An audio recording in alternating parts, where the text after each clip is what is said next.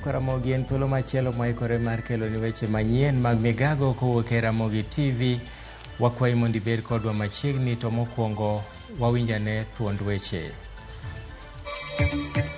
Migawo mar arita maiye oketo kum mar wuotho otieno e gwenge ma Tana River ka moko kuom jotelo maki kaluwore kod tulo moseweyo ji 3 kowito ngimagi. Sikunde ma pacho ka osiem ewi loro chon motelo ne tarik ma migawo ma somo noketo e sama giywak ni pok ochwalnegi omenda masirogi.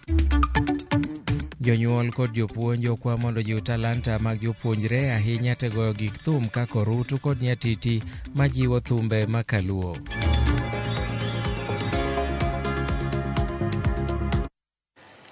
Machiegni Ramogi weche manyien mag migago, nyinga Milton Ochieng'. Jatend migawo mar arita maiye Kithure Kindiki oyango ni gwenge mopogore mayudore Tana River arita onjawre kendo ket kum mar wuotho otieno kochakore saa 12:30 kuom ndalo 30 kochakore odhiambo manyoro. Gwengego gin maromo 6 mayudore Bangale to kod Tana North sub-counties kaluwore kod monj mosetima mosemiyo ji mathoth odar kawuok e miechgi. Obila ogoyo kum mar bedo kod gik lweny ewe gwengego eko kendo migi chik mondo giduok mapiyo gir lweny moro amora ma gin godo ma etesend obila kaachiel gi kambi jolweny kata apisi mar piny owacho man machiegni kodgi.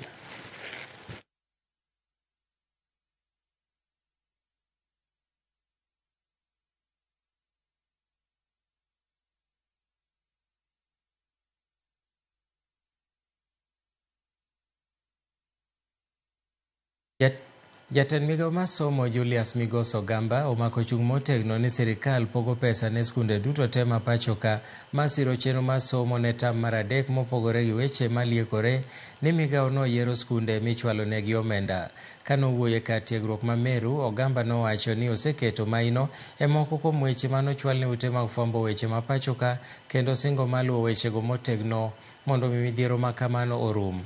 Jagoro mar riwruok mar TVET Esther Moria Tara opwoyo 10 counties ma pacho ka kuom goyo jek weche mag somo e kuonde tiegruok mag lwedo ka omedo ni sirikal dwa chako chenro mar rango ni jopuonjre oyudo tiegruok kokalo kuom lai mar CBT. Where they are is to train the Kenyan to be able to another 70 colleges with state-of-art equipment. They'll ask you what is the need for us. Always.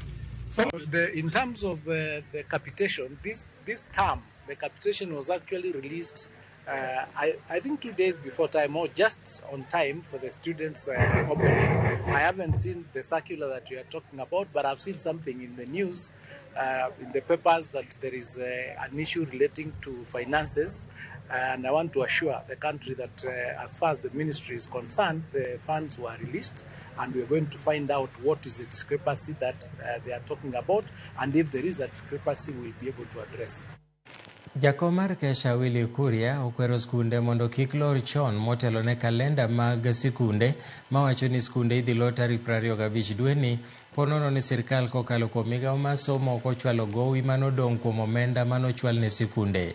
Kanowuoyo e sikund sekondari ma Murang'a, Kuria wacho ni skunde mang'eny kadhe midhiero mar nok mar omenda mar ng'iewo gigo ma jopuonjre tiyo godo e lab kendo deko machiwo omenda ma kamano dhi rocho chenro mar penj maduong' mabiro. Omedo ni thoth sikunde ma nyithindo ok odakie e skul ok nyal kata mana timo ranyisi e lab, gino mamiyo gimanyo kony kuom sikunde mamoko.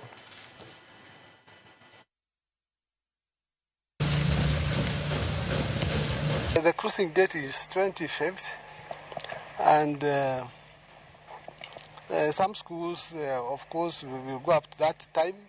Others are maybe unable to go up to that time, not because of the fact that they are not willing, but sometimes they need to they are unable to push on because of the funds, and so they are looking forward that time when they can be able to cross, because sometimes they find it safer when the students are at home other than when they are in school if there are no funds. Sometimes we are hosting students from other schools, especially the day schools, so that we can help them a bit. It's not that we have excess, but at least we are slightly better. So the little we have, we are able sometimes to share with them, especially as far as the lab apparatus and the chemicals are concerned.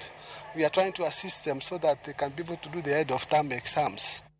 Gavana ma kaunti ma Homa Bay Gladys Wanga oyango chir ma en godo ni rang'iny mar somo dhi malo e kaunti no kokalo e chenro ma sirkal mare oketo mar siro somo mag ECDE kod siro jopuonjre e bwo agulu mar Fins to Swim.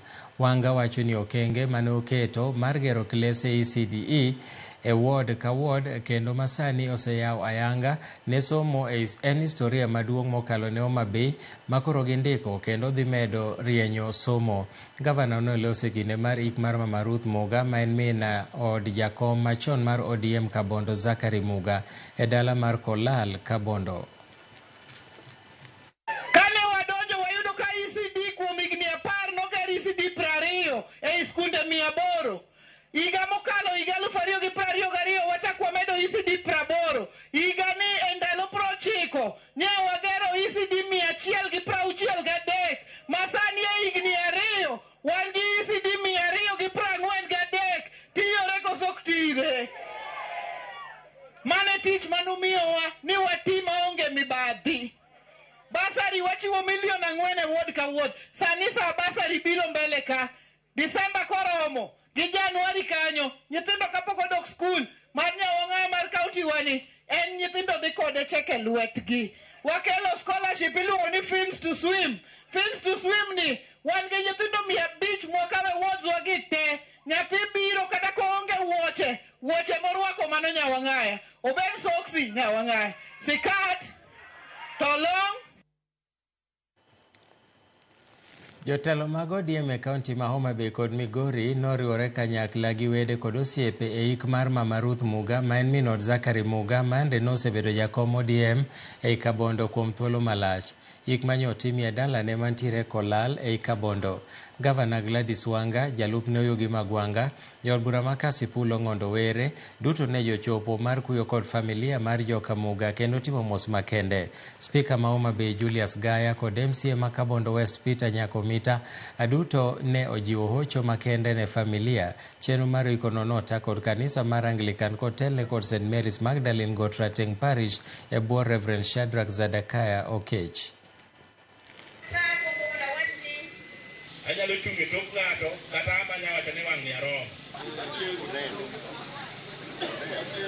Daktari nomi 2 months 2021 lakini Nyasaye omede 3.5 years to wadwoko ne Nyasaye erokamano. Gima nyawacho kuom sani kuom nyithindwa gi familia waendelea gi kwe gi unity mane mama omiyowa. Waduto wan mana dhano to Nyasaye ema rito ng'ata ng'ata. Koro wabiro bedo mana tipo mar Jehova Nyasaye. Jokobura masogo nomiya gima ber kendo nomiya nyako malong'o kabisa. Wasedak kode maber. Aparo ni pok abedo reprimanded in any way mondo abi e kot mar waseko bura. Mos uru Nyasaye ma mondo bed kodu Muga gini ji duto te dhiye waduto te gini omakowa mos uru ahinya Nyasaye mondo bed kodu. Family, jaduong' Muga Kamata, to gi nyithindo, to gi chief makoro dong', mosura ahinya. Mosura ahinya. Wito mama ok gima yot. It's difficult. But adwa nang'isu ni mumondiko ni in all things give thanks. Riwruoge mag kanisa e bwo NCCK bade ma ugwe okwedo mokalo okang' mane yod bura okaw mar thicho oko jalup jatend piny Rigathi Gachagua ka gilose boma ma Kakamega kotelnegi kod jakanyo mar riwruogno Joseph Baraza giwacho ni nitiere midhiero modhuro mokwako oganda jo Kenya monego keti ong'ala manyime tok thicho oko jalup jatend piny Rigathi Gachagua. E kindeno bende ne gilose wi okumba manyien mar SHA ma gidwaro ni piny owacho mondo oduok okumba machon mar NIF ni mar SHA ok bi konyo jo Kenya. the early 90s. Proposed finance bill, I want to thank God that through this forum, we call upon members of parliament to take the views expressed in the public participation sessions seriously and not ignore it as has been witnessed in the past. We are, however, concerned that this process is ostensibly being used to divert the citizens' attention from the salient issues that are killing the nation. We indeed wish that members of parliament exercise similar energy and resources on matters that are priority to the lives of the people of Kenya. We appeal to all Kenyans, and especially the residents of Western region, to remain peaceful regardless of the outcomes of the impeachment process. Wakati mswada kama huyo unakuja, focus inatakana iwe kwa hiyo. Lakini sasa tunaonelea watu walienda wakaanza kupeana maneno mengine kwamba ikufe dereva ukufe pamoja na makanga. Hiyo swala haikuwa huko. Swala ilikuwa huko ni ya deputy president. Kwa hivyo hiyo ambayo kusema kama inashughulikiwa ama hapana ni kuhusu vile swala ilikuwa ya deputy president. Na haingeweza kubadilishwa kwa wananchi iende sasa kwa bunge iseme wananchi wamesema kwamba ni rais pamoja na deputy wake, kwa sababu swala ilikuwa ya deputy president. Jothiuthieth e kaunti ma Isiolo nyis mondo mitwak thuolo kendo gichung' ng'anyo margi masani odonjo odiechienge mar 5. Jagoro mar kaunti no Abadhe Boru onyisogi mondo mi giwinj wach jokanyo mag riwruogi. Boru owacho ni giikore mar keto kare dwa jochiw thieth go e sama koro jotuo dhi manyo thieth e kaunti ma Libamba, ma Meru kod Embu. Kamano bende okwayo jotelo mondo weketo weche mag siasa e ng'anyo no, konyisogi ni mondo gikonye neno ni weche mag thieth odok e kare e kaunti no.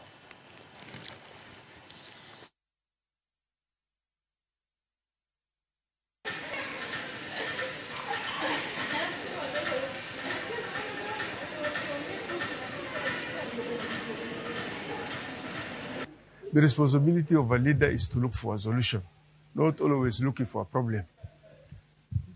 She can as well, if she has some solution to ongoing strike, let her also intervene, assist us, because the people who are suffering are ourselves, members of the people that we are leading, and everybody in this county. But I'm assuring you people, and I'm assuring our workers, we look into their welfare, we will motivate them. I'm appealing to them, they should come back. Let us have a meeting with your leaders and see to it that how your welfare will be improved. Otherwise, when we lost a patient, the life of this patient, you cannot compare it with money. This issue of monetary term is something very small, but life of somebody is very important. Jonyuol mawuok e kaunti ma Siaya okwa mondo we nyithindo thuolo mar nyayo mich kod talanta margi magin-go e tuke mag loso wende manyachon koloso e gweng' ma Ulawe Apate Primary School e Alego Usonga Sub-County. Jokanyo e komiti mag weche limbe, kido kod tuke e kaunti ma Siaya Angelino Duor wacho ni nyithindo onego mi thuolo mar tego mich magin-go nimar mano e gima omiyo sirikal nokelo somo mag CBC. Nyasino mar kido to gi timbe noyuorie gi jangolo marahuma ma Nyatiti Charles Obong Omenda manowacho ni osepuonjo ji mathoth e ng'eyo go nyatiti kod orutu e kaunti no. Jokanyo omedo ni jopuonjre kik ket mana weche mag somo buge kende, to bende owinjore omigi thuolo mar ng'eyo gik moko oko mar somo mar buge. Ntiere gima waluongo ni orange economy.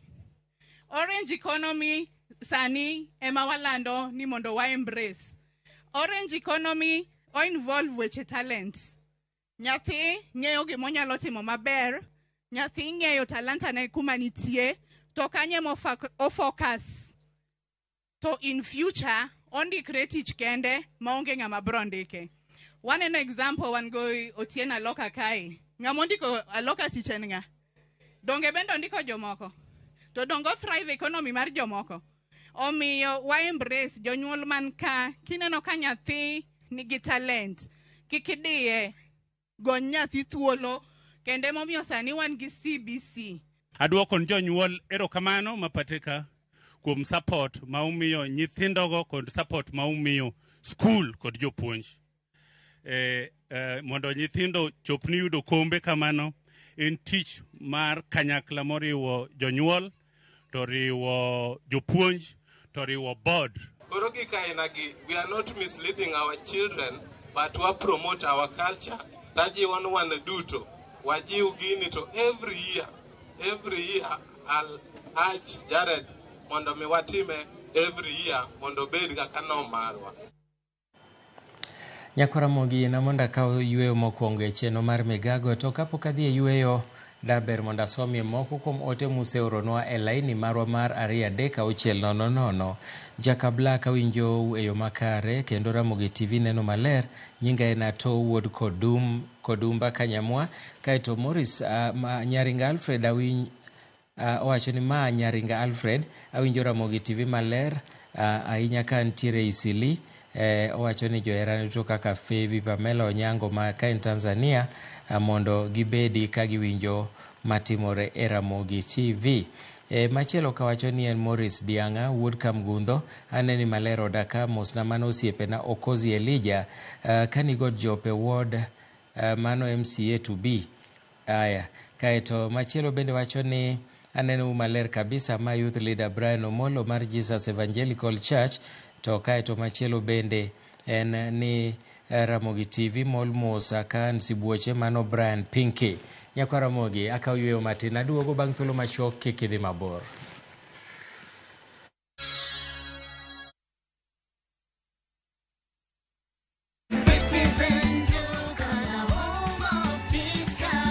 Citizen Duka, the home of discounts, brings you this week's Mama Safi package from Quickmart. Sour bathing soap 250 grams at 59 bob. Persil washing powder 500 grams at 128 bob. Pepsodent toothpaste at 189 bob. Quick Choice tissue 4-pack at 189 bob. Packing bag 40 shillings. Ukinunua hii package ukitumia Citizen Duka, utalipa only 605 shillings, meaning utakuwa umesave 262 shillings. Piga *487*5# na ulipe saizi ka vitu bado ziko kwa stock. Citizen Duka, home of discount. Baba shuka leo. Nyasaye ber kendo romo adenda. Baba shuka leo. Wagweli mondi bed kodwa Jumapil ka Jumapil. Duog chunyi kendo irit chunyi. Paro mora minyalo bedo godo machando pachi ma ok ni kare. Keti embele Yesu. Roda Nyarko Kitmo, Ben Otiende, kod the Chwalist Won, Ken the DJ. Tayo ni chenro makelo ni wach maloko ngima. Injili kalo. Kochakore sa 12 okinyi. Mane Ramogi TV.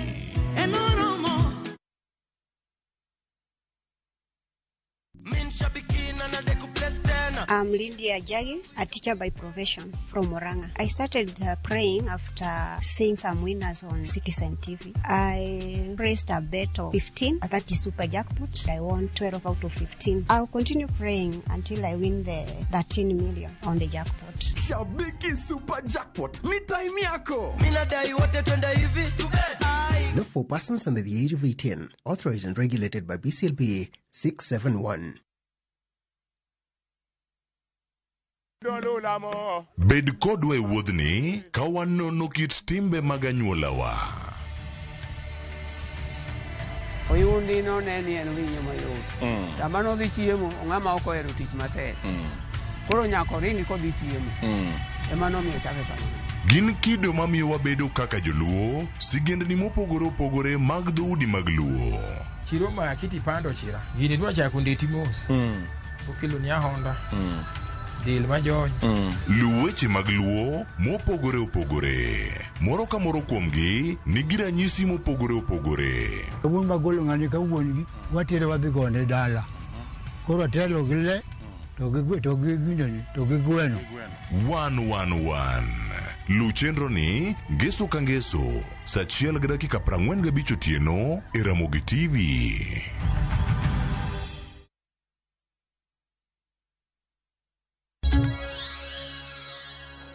Machiegni kendo, obila e boma ma Narok omako dichuo moro michich ni osebedo katimo njore koting'o nyaka nego ji e boma ma Narok kanoyude kod uniform ma bandia ma jolweny ma KDF kod otese mamoko ma galagala. OCPD ma Narok Town John Momanyi owacho ni ne giyudo maling'ling kuom jopiny mawuok e kar dak ma Total e wi achijno. Momanyi wacho ni ne gimako achijno mayangore kaka Sergeant Josephat Rotich, kata kamano gitimo nonro mar fwenyo nyinge mahie. Kaluwore kod jaod achijno ero, jaode osebedo kawuok odhiambo gino manomiye chich e wi gimotimo gotieno. Momanyi okwayo jopiny kuom tudruok makare momiyo omako achijno.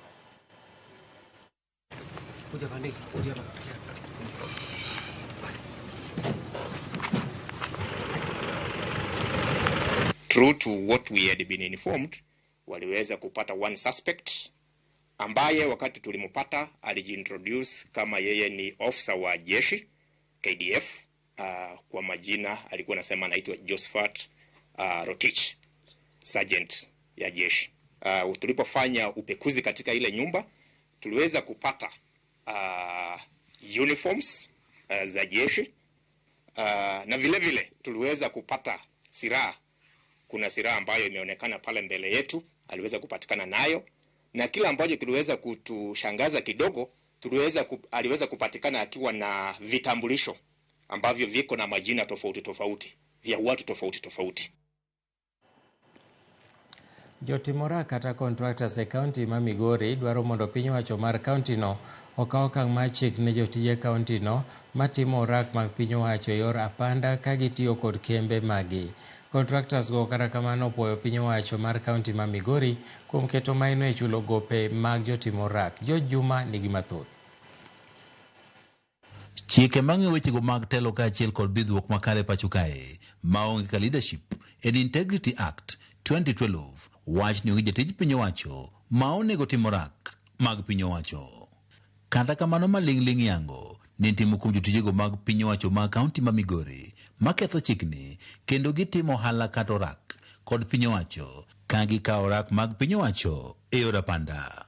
Jotim orak kata contractors e kaunti ma Migori ka oteleko jakom margi Peter Namasaki wacho ne ging'eyo moko jotijego mag piny owacho mag kaunti ma Migori matimo orak kod piny owacho ka dwaro margi en mondo koro kawnegi okang' mar chik.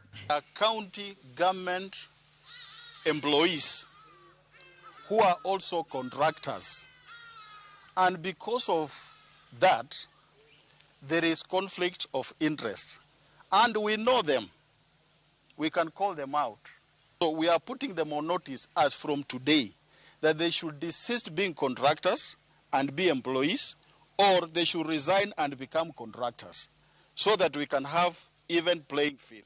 E kinde romo mar kaka jotim orak e kaunti ma Migori, jotim orak gi ne opwoyo piny owacho mar kaunti ma Migori kuom maino ma giseketo e neno ni gop mag jotim orak kata contractors koro gichulo. Be onge county government official mosakwawa pesa ni kodwa mondo chulwa ni wagol pesa no. Gik makamano nyalo miyowa ni timo biashara gi county government dhi bedo matek.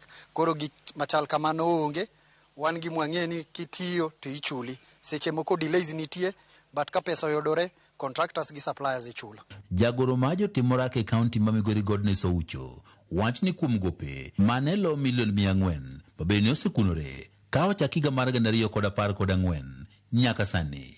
Kaunti ma Migori koro setemo chudo ka bende sani gope gi mabende koro piny owacho mar kaunti ma Migori kodong' godo nyalo mana romo milion 120.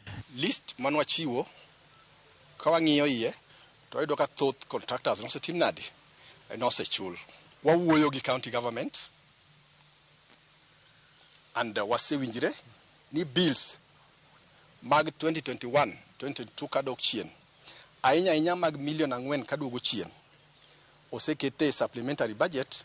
Jotim orak gidwaro mondo dundo mar Senate oket okenge makare mar dhiro piny owacho mamalo mondo koro bedi ka oro omenda ne county seche ma owinjore mondo koro counties koro yud yot e chulo gope kata timo chenrogo mag dongruok ma onego tim ne oganda. Senate ne wacho ni pending bills mane county nyalo bedo go county ka county kane nigi pending bill mar 1 billion kadok piny to nonego chul kapok higa manyokalo ni kotimre nadi korumo. Pod ok waneno county comply gi mano. Ne wachako wacho ni wadwaro ni mondo county governments o publish nwa bills ma are pending to gi kaka gidwa chudo. Pok waneno mano ka county governments kotimo. Jotimo ragi e kaunti ma Migori wacho ni timo ohala kod piny wacho ma counties duto e piny Kenya ok osebedo mayot nikech leo ma chudo. Business with the county government has a lot of challenges. For one, getting a job is a problem. Executing that job is a problem. Payment is a problem. Some of the contractors have passed on because of pressure. Some have lost their properties. So in the next budget, kick bed rolled out. Kapo giyudo pesa. Because tabu maduonga, any counties ringo, team of procurement, kapo pesa kodonji into the accounts. Wakwa ni giti kaka the organization working, like we've been working with Kera and other, Kura. They'll never ever give out LPOs or LSOs kapo pesa uwoke exchequer mondo inegi account.